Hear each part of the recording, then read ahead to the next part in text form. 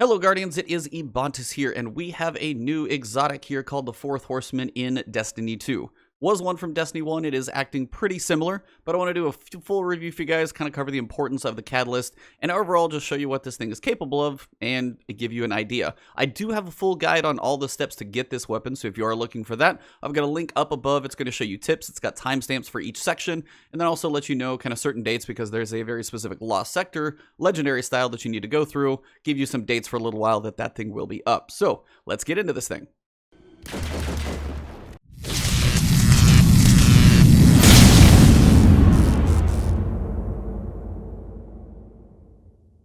Now, the Fourth Horseman itself is a shotgun. It's an energy shotgun, it's arc. And that may not sound like that much, but what it's capable of doing in a very short period of time is unlike any other shotgun. It's not just like a fast-firing Hawthorne shotgun. This thing is a monster in a very minuscule amount of time.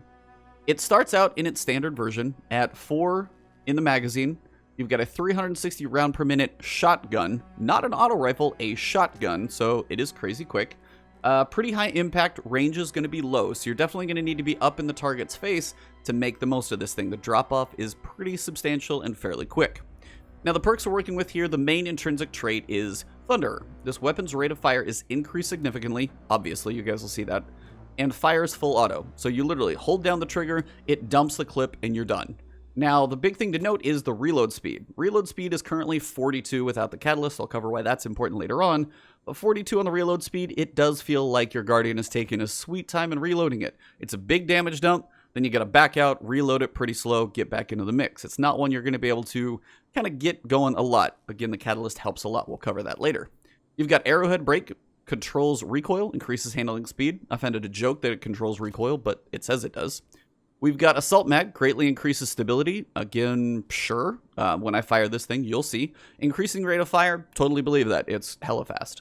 Broadside is your other trait. Each successive shot has more damage and more spread. And you guys will notice the spread comes both ADS and also hipfire. The spread is noticeably much more when it's hipfire. And then finally, Fitted Stock. This stock makes the weapon more stable, but heavy. Increases stability, moderately controls recoil, slightly decreases handling speed. Basically, this is something you're going to want to know what you're going to go in the fight or whatever attack that you're about to do. You're going to want to have this thing ready. You're not going to want to try and do a quick switch with this thing. The handling is not that high. It's going to pump out a lot, but really once you're done firing, you're kind of left hanging. So you need to get in, either pump your damage in and get out on whatever enemy, or get the quick kill and then be ready to move on. You're not going to be able to engage too much with anything else. Catalyst does help with the reload speed, but you're going to left pretty open and naked. If you fire the 4 shots and miss, you're probably toast. So, let me show you a couple things on how this thing feels first. Now, this is the standard version of Fourth Horseman. As I said, 4 in the magazine, and I'm going to show you 2 different firings. And when I do this, I am not going to control the recoil at all. I'm just going to hold my mouse button down and let it fire. So, this is the full unload speed. It is crazy fast. You guys can also see the reload speed is quite slow. You also see the kick, as I said. It hits hard, hits like a truck, kicks like a mule, because I'm ending up nearly towards the top of the ceiling. Now, it is pretty vertical in recoil, as you all can see. It's not going to be changing all too much. And that's also where you can see the spread. It's a little more consolidated towards the bottom of the shot, and as the second, third, and fourth shots go, the spread is noticeably bigger. Now, the way that you get the increase in damage is you have to hold full auto. If I just do 1, 2, 3, and 4, you'll notice that second full auto shot has a little bit bigger spread. And when that bigger spread is taking effect, that's also when you're getting that increase in damage. Now, the other side is the way this works when you're aim down sights. So if I go aim down sights and I do no recoil control, and again, I am on mouse and keyboard, this is probably going to be a very different animal on console, but again, just keeping some things in mind. It still kicks like crap on PC. The recoil control is definitely taking some downward movement when I do it, so I know, and I fully will give all the credit to console players, this thing is going to be a bit of a crazy thing to get a hold of. So, when I'm aiming down sights, not holding the trigger, I have 1, 2, 3, 4, a lot closer together, kind of a lot more on top of each other. And again, for comparison, that is non-aim down sights, almost twice as high. Definitely less consolidated on the shots and the pellet spread. Something to make note of if you're going to go in for that mix and you really have a small target, especially if you're on console, it's going to be easier to maintain trying to pull down, that's me pulling the mouse down as I fire. It's a pretty decent movement, even with my stability. And again, here, it shakes so much, it's still hard to control if you are not aim down sights. So aiming down sights on this one, the handling is fairly slow. So don't get me wrong, this little aim down sights movement is not quick. So if you're going to go in and dump the damage and you're like, hey, I'm going to run in, jump in, and get my little set of shots off. If I want to jump in front of an enemy and be like, hey, I'm here, 1, 2, 3, 4, you're going to be able to pump a lot into an enemy. Now, the precision damage multiplier is still something to consider because you're going to get a lot out of that. But overall, you should still be able to manage it. Console might have a little more struggle. You are definitely going to need to control recoil, because if you just jump in and let go, you're going to be facing the ceiling by the time you're done. So be careful about that. It creeps up hard and fast and a lot. Now that you have an idea how it functions and kind of feels, and a couple pieces of advice when it comes to handling the thing, let me talk to you about the Catalyst. Now, the Catalyst is what is going to take this weapon kind of to another level because of the damage output you're going to get from that extra shot, the reload speed that you're going to get as well, and overall just the quick burst is stronger and getting back in the fight is faster. Basically makes it better in all ways as Catalysts do, but it's a pretty big deal. Adding another round to the magazine and increasing reload speed by almost double. It goes from 42 to 78. It nearly doubles the reload speed, which is completely substantial. And then you have another round in the magazine, and as fast as it fires, that round in the magazine is coming out faster than you're probably going to be able to count anyway. So you're going to get about the same time of firing. Reload speed almost cut in half. So what I want to do is compare with you guys a standard, and what I am doing while I'm going through this comparison is it is a full 20 round clip for both. So I have double reserves on my armor, just so you guys can see it. I have double reserves on the armor. That's allowing me to hold 20. If you go single reserves, it's 18. If you go no reserves, it's 16. But if you do have the Catalyst, as you have 5 rounds in the chamber, it is going to be very advantageous for you to run double shotgun reserves. So your 20 equals 5 shots 4 times through. So you get 4 full clips of 5 rounds. Double shotgun reserves is going to be a good thing. And if you're running an exotic shotgun, having a little bit of your reserve build for that shotgun probably is not a bad idea.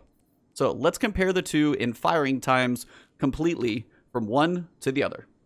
All right, so what I'm going to do is put these two side by side, and I'm just going to fire the weapon, and as quick as I can on my own, you have to wait till kind of the thumb of the animation has the 4th shell actually in the receiver. Wait until you can fire the 4, and I'm going to try and fire all 20 rounds on the normal version as fast as I can. And right next to it on the right, I'm going to use the Catalyst version and try and do the same thing. And I'm going to put these two next to each other so you guys can see what our time frame we're talking about.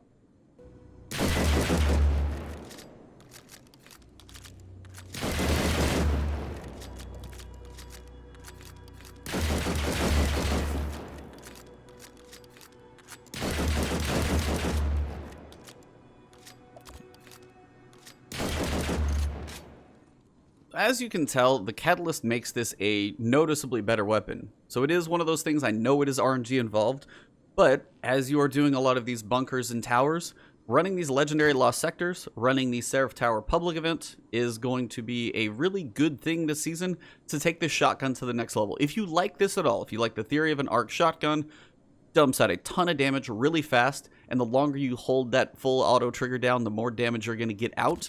It's going to be a thing. Now, the damage that you get out is kind of hard to show because there's one enemy here in the tribute hall that I can actually show the damage on, but I typically kill him fairly quickly. But I can show you at least some numbers. I'll try and slow him down as much as I can so you guys can see what I'm talking about. So we've got our simulated night. A couple things that I want to show you guys here. When you go full auto, the damage of the precision shots is going to get a pretty substantial boost. It's approximately 16%, 29%, and then roughly, I think it's about 40%. But it is really hard to tell because it's hard to get precision shots on something that can actually take this amount of bullets, not die, and also have a crit spot that can take this and this amount of recoil. So it's hard to control, but I'm going to get up in this dude's face and show you what I'm talking about. So when I aim at him, and I go aim down sights either way, it's a little easier to control go aim down sights, the numbers are going to go up fairly quick.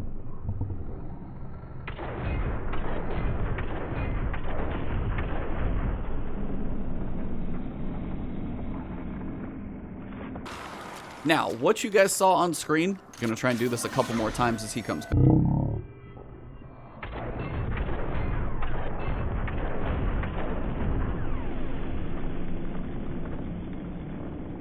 Sometimes they do tend to overlap. But we've got 4 numbers: 13,069, 15,704, 18,416, and then it jumps all the way to 26,642.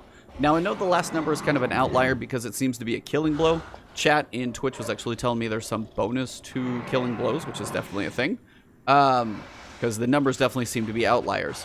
But as you can see, if you go full auto, you get that damage bonus. But if I just go one shot, one shot, one shot, one shot, one shot, that final killing blow even still gets that damage bonus of that 16k. So there is a bit of a bonus there, which I'm not sure if that's a perk to this shotgun or all shotguns. Of course, I'm sure you guys will have plenty of corrections in the comments below, so feel free to share any information you have. But I can fire kinda quick, and I get those little perks. Again, that final boost tends to do its thing. Gotta go get some ammo. Be right back. Alright, Guardians, so for more of a realistic situation that you might be facing a powerful enemy, but you're not probably going to be able to walk up to its face, have it stand still, not hit you, and shoot it in its head for these giant increases in damage. So a more realistic look is how much damage you can do by dumping your full clip and really just kind of getting in and getting out. So I'm going to use these two for an example. They do have shields on them, so I'm going to use my grenade launcher to drop the shield, and then we're just going to look at what we can do if I kind of quickly just run up and aim for the head, trying to see how much damage I can get. Now, the base numbers on the body shots start at about 911 in this room, at least what I'm working on. And again, that may be different from power level and everything else, but it tends to go up about 911 to about 1095 to about 1285. So there's those jumps in damage the longer you do hold that full auto. So the main point I want to prove to you here is going full auto is going to serve you better than just that single tap every time. Just dump the full clip, whether you have the masterwork or not, dump the full clip and then get out. You're going to be served a lot better. So here's just the single shots. I'm going to dump the shield, and this is what it looks like if I just try and control it. 1, 2, 3, 4, 5. And again, that's a critical just because I did get it up top. Now the other side, this guy's got a shield. Now for him, just full auto. And just completely dumping the damage. So much quicker, so much more efficient. That is how you want to use this weapon. You're not trying to conserve ammo, or you're just trying to get in and dump the damage and just kill whatever you're looking at. No holding back. Just dump everything and go. Same thing here. You get a shield off something, you want to kill it quick, go to town. That's how you want to use this weapon.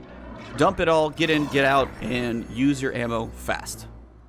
So that is just a quick rundown of this exotic. Hopefully this helps you guys understand a couple ways to use this thing. If you can go ADS, it is going to help you try and get a little bit more control. One, over the pellet spread and the recoil, especially if you're on console. I'm guessing this probably isn't going to be a beast in PvE, or PvP I should say, because the range on this has pretty substantial fall off. Now I haven't tried the PvE private match situation. I'll probably let Fallout do that one. If you don't follow Fallout, go find that man. His YouTube channel is awesome. But the idea here is your range fall off is pretty substantial. So even from this guy, I want to make sure I can hit 911. So there's about 911. I back up. Still 911. Already at 671. That is the tiniest little move, and I just lost probably a third of my damage. Here, 727, 796. I'm right at about the range here. Now that seems probably reasonable for a shotgun, but if you'll notice, if I back up like about a foot, I'm hitting a little less. Back here, 423. Barely tapping him at all. And there's basically nothing. Now, obviously this isn't like a slug shotgun that's going to go precision, but you need to be up in its face to get the most out of this weapon.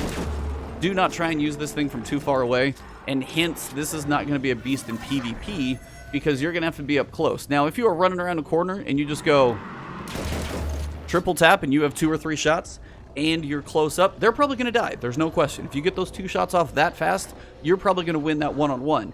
But if they're able to take you at range from there and do much more damage than you are likely a kill shot, because for one, the spread is going to be tighter on something like a Dusk Rock Blues and much more controllable versus what you're dealing with on this weapon, which is just a damage pump and run. So again, be up close, become friends with your target, and then obviously kill them because that's what you're there for. All in all, everybody, this is a fun weapon to use. It is a great thing to dump a ton of arc damage from a shotgun very, very quickly. If you get the catalyst, definitely spend the time for 400 kills because it makes a huge difference. And then remember, ADS, while slow, is going to help you control that recoil a lot more, maybe pull off a little bit more of a critical shot if that's what you're aiming for, as opposed to losing control of it and ending up firing at the ceiling.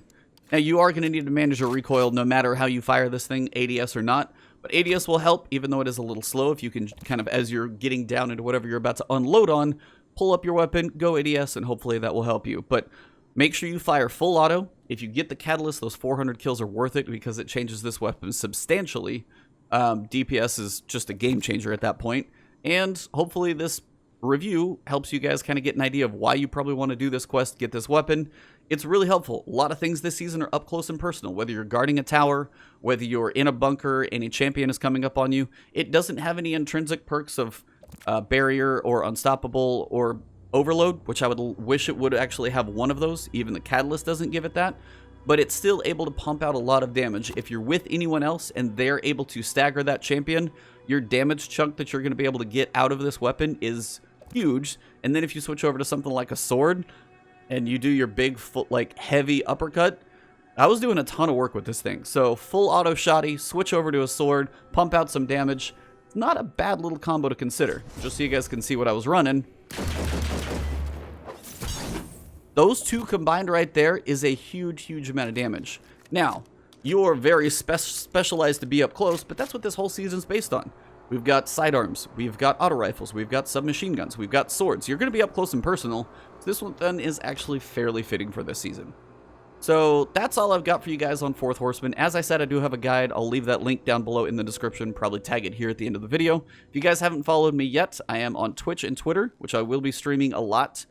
Just because currently with my work, I'm pretty limited on what I can even do, so I'm going to be doing this a lot more. So if you haven't followed me before, please check me out on Twitch and Twitter, streaming, tweeting, whatever it may be. Right here on YouTube, if you enjoyed the video, found it beneficial, drop a like below if you liked it. Leave a comment if you have any thoughts, opinions, or anything I missed about the weapon. I'm never going to claim to know all of the information. None of us content creators do. So if you guys have any tidbits, any other words of advice, any other, functionality of this thing that may have missed, feel free to comment below.